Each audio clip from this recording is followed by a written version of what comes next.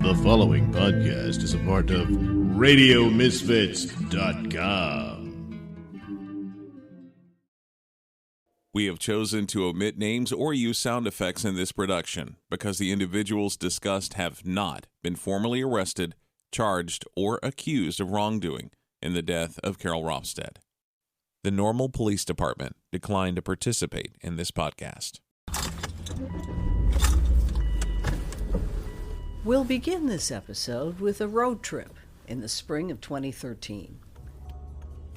That all-important journey families take when someone's deciding where to go to college. I picked up my niece Allie in Chicago, and we took off in a rented car south on I-55. It was a route I'd traveled many times in the 1970s as a student at Illinois Wesleyan in Bloomington.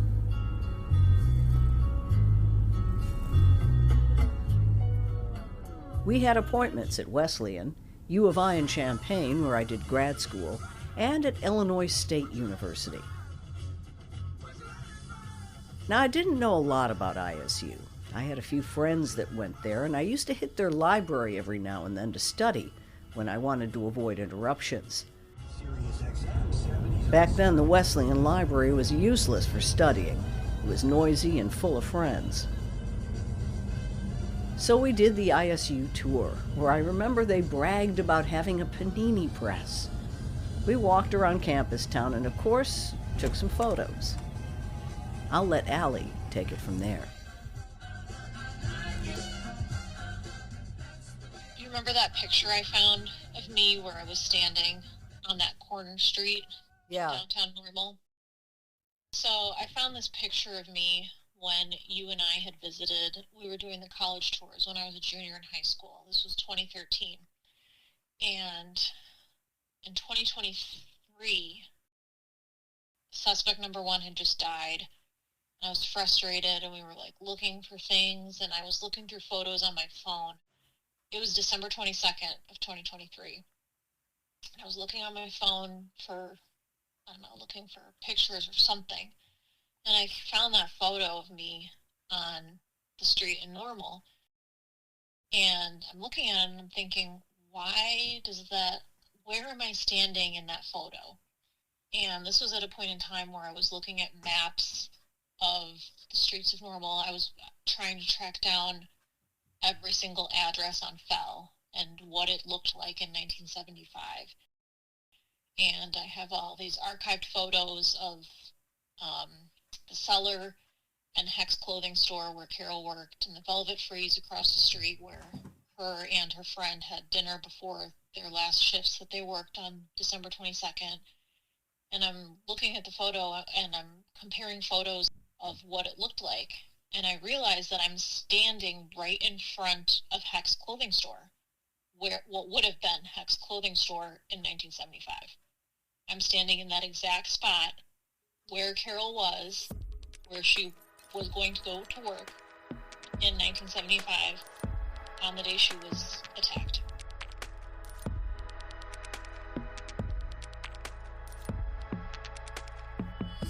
And I found that picture on December 22nd of 2023, 48 years later. And it was just the craziest thing. I don't believe in coincidences of any kind.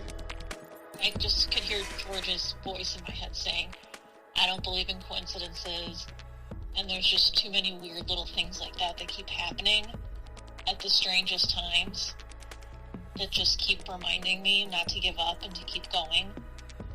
So that was one of those moments where it kind of hit me like, this is not the end.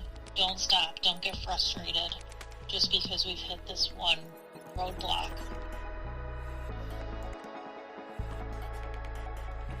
And that was a huge deal when our prime suspect died. And then, something like that happens and you're thinking, okay, this isn't over. Still not over. Presented with little or no interruption, Carol's Last Christmas has been an expensive endeavor. If you appreciate our work, please consider making a donation to help. Thanks for supporting us. Visit patreon.com/Carol's Last Christmas.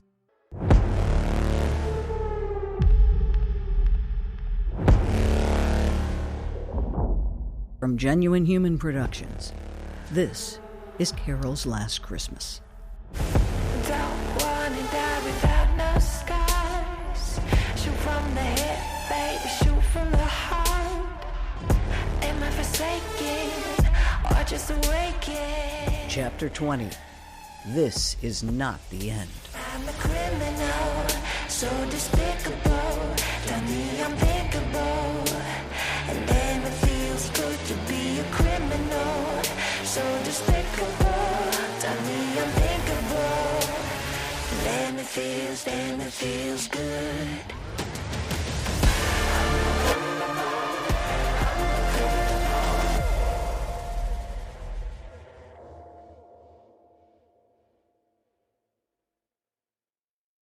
Well, here we are, a couple days from the 50th anniversary of the case. What's on your mind?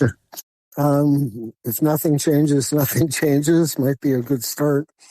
Think of how many different generations of police detectives worked on that case, or in one way or another, and nothing ever got done. Yeah. It's institutional. If this were made a priority 10, even 15 years ago, do you think we'd be in a different place? Well, I've been working on this thing since like 2008, I guess, is when I first contacted them. The years have come and gone, so I'm not sure if that's exactly right. But it's one of these deals where the combination of arrogance and ineptitude is a magical formula for failure. It just seems to me that I don't know what to believe. I don't know whether they've worked on any of this after they asked us to lay off. I don't know if they've done anything in any of those places. Detective Bruno at one point told me that after we gave them all our information about having called me and put himself on the crime scene and so on, that she went there and spent 9 hours talking to and walked away with nothing. So I don't know. I don't know what's real and what isn't. I just so I don't know what to believe about anything.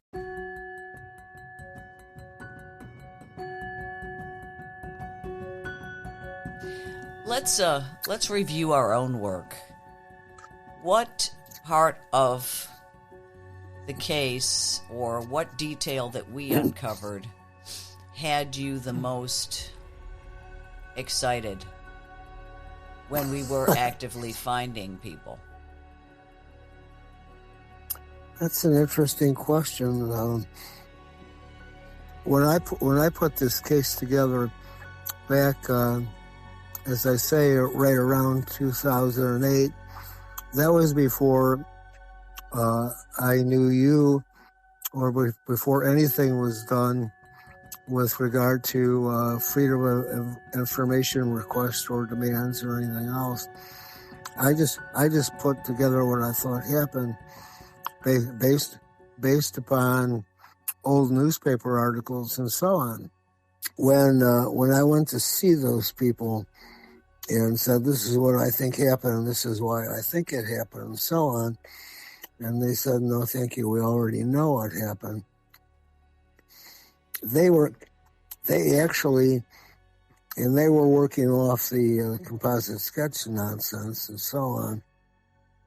When I learned about Denny Rogers, and of course I almost learned about him inadvertently, because he drew one of the composite sketches that turned out to be bogus. Not that his work was bogus, because he was drawing what he was told by the witness, but in reality, the witness was not actually a witness, which we found out years later. I contacted Denny Rogers because he had printed his name alongside the composite sketch. Yeah, that was interesting. You know, like it was very faithful. Yeah. You know, I didn't know what his involvement was other than as a graphic artist, and it turned out that he knew all about, and he knew all about, and he knew of, because they were all troublemakers at the bar or at the Red Lion, where he had been a bouncer. He would start bothering girls, women, and we would wind up kicking him out. This guy ran with this guy. Regularly. Well, it was part of the same crowd. You know, at that point, we got all of the police reports within the same couple weeks that we had started working together, and lo and behold, you know, we had the answer that the police have been looking for forever, because at one point they did somehow piece the three of them together. And, you know, so when we got all of the redacted reports, we knew who all of these people were. And so when they were talked about and their names were redacted, everything really fell pretty much into place.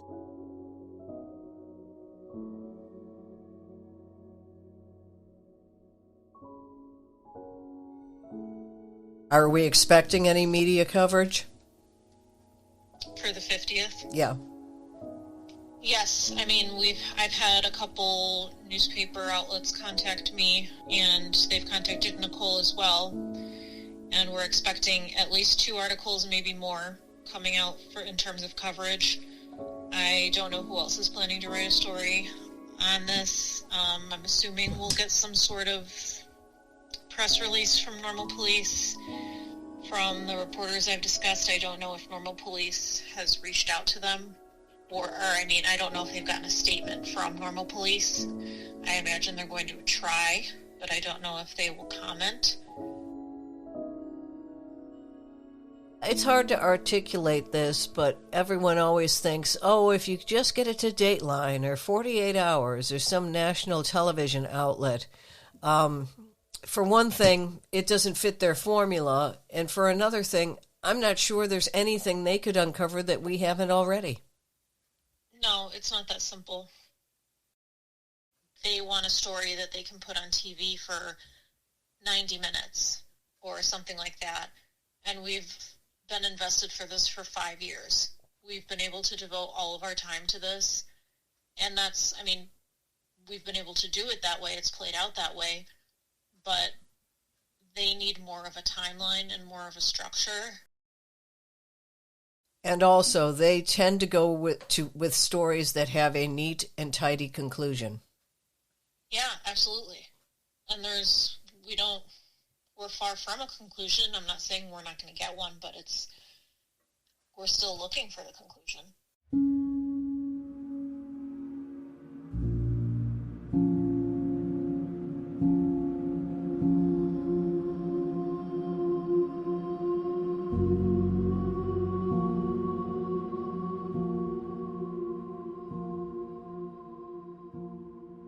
My wife always says that the only culture that I'm capable of depends on how much yogurt I take in. But I do know what Shakespeare said about fatal flaws. And, you know, those are those things that can never be retrievable. They never followed up on the best lead they ever had. They never, and then move forward 25 or 30 years, and they have a guy in their palm. They were concerned enoug to drive to Tennessee from central Illinois to put this guy in a lie detector box. He failed the box. He had guilty knowledge of the case, if not an active participation in the case. They confronted him, and that's when he made the offer. You give me immunity from prosecution, and I'll tell you everything you want to know.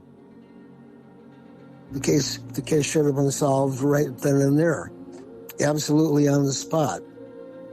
I'll go to my grave whenever that happens, believing that set the thing up. He knew he was an absolute maniac who loved to beat women, and that lived right next door to the place, and so that made perfect lookout for when she was coming home from work moments before she got attacked.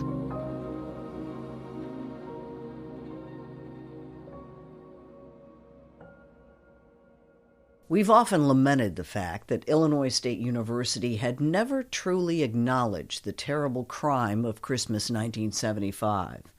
There were no plaques or trees planted or tributes to Carol, apart from the kind gestures of her Delta Zeta sisters. But in this 50th year since her passing, some students were inspired by the story of Carol Rofstad, and they did something about it. Here's Lauren Bounds. I first heard about Carol's case my freshman year whenever I was walking back from class, and I actually saw one of the flyers out. It's like at the four-way stop by Schrader in the Bone Center. That flyer has been up through thick and thin and rain and snow, and I remember reading it for the first time, and that was the first time that I heard about it.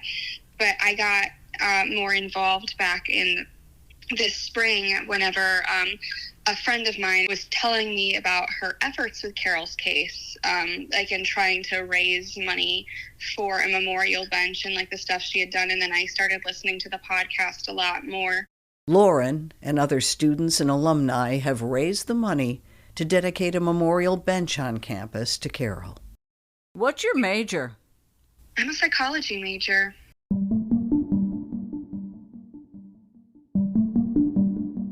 Once again in this story, there is an astounding coincidence at play. Around my freshman year, I joined something called Student Government Association here at ISU. Just like Allie's photo taken on the very spot where Carol worked her last shift, Lauren's activism was fueled by the bad behavior of a student body president. My freshman year, whenever I joined, we had a president come in that was alleged to be a sexual harasser. And so part of my activism started there whenever we thought it was unacceptable that someone who sexually harassed people was becoming president of the student body. And I learned more from there. I learned that an anonymous person sent me in a note that said that they were sexually assaulted by one of my fellow senators.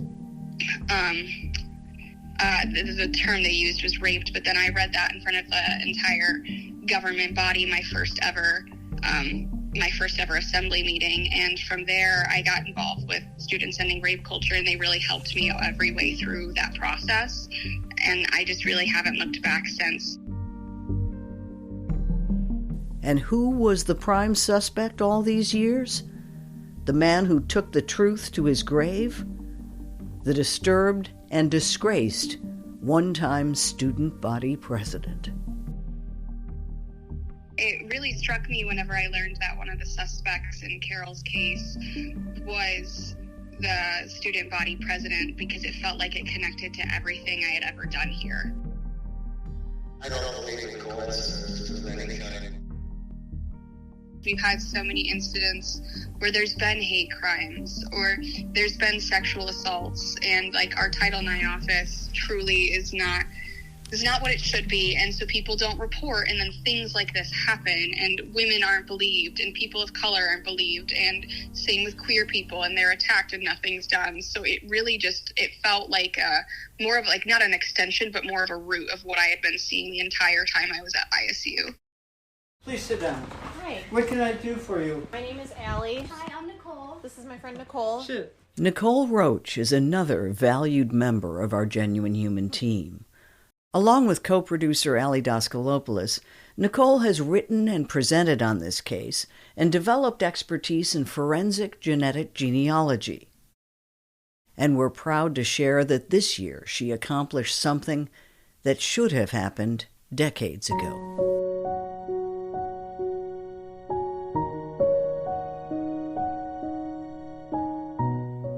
Carol was just one semester away from receiving her degree, so the possibility of ISU awarding her degree posthumously has always been in the back of my mind, but I never really knew the right way to go about it. So I had contacted a former psychology professor of mine on Facebook about September, I would say, and I asked him if he knew the right people to contact at the university who could possibly help me out with this. I then was put into contact with a very kind lady from the psychology department, and I gave her all the information that she needed, and she was very happy to help me. And it did take them a couple weeks to get everything sorted with records and all the various departments that they needed to talk to. But I am very happy to say that Carol has been awarded her bachelor's in psychology, and her family will be receiving her diploma shortly.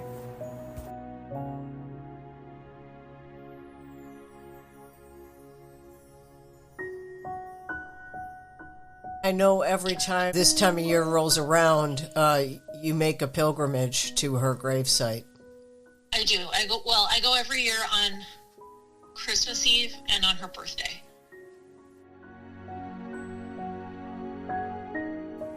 And it's just kind of an honorary ritual that I do now, and I've gone every year.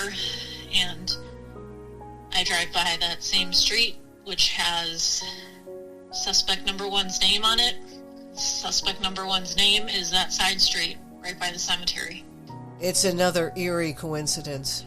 Another eerie coincidence, if you can call it that. Side street right by the cemetery is suspect number one's name. This year it's hitting me particularly hard, and I'm not sure why. A goal of mine was always not to let it get to 50 years, and I really wanted to solve this, or at least have some kind of closure before I turned 30. And part of me always thought that wasn't going to happen, but I secretly hoped it would. And I don't know, I think the fact that every Christmas now it gets harder and harder because the case isn't solved. And it's been extra cold this December, and I can't go outside without thinking about Carol being in the cold. Half a century, uttering those words, half a century, just feels so heavy. I hit kind of a low point when the prime suspect passed away and we didn't get anywhere with that, and I was so angry for a long time about that. But hitting the 50-year mark, I kind of have a renewed motivation to pick this up again full force, because I don't have confidence that the police are going to do much with this now that suspect number one has passed. Not that they were before, but I can say with complete confidence now that I don't think they're going to do anything else with it. I would say to Carol's family that I will never stop fighting for Carol. I think God wanted us to meet in a way for whatever reason. I just want answers, and I want the truth, and the truth is the single most important thing.